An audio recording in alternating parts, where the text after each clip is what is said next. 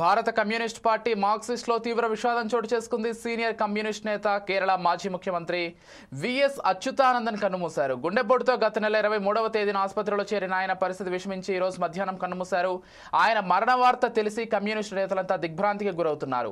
పార్టీలకు అతీతంగా సంతాపం ప్రకటిస్తున్నారు. కాగా 2006 నుంచి 2011 వరకు కేరళ రాష్ట్ర ముఖ్యమంత్రిగా ఆయన పనిచేశారు. ఇదిలా ఉంటే గత సంవత్సరం అక్టోబర్లో ఆయన 101 సంవత్సరాలు పూర్తి చేసుకున్నారు.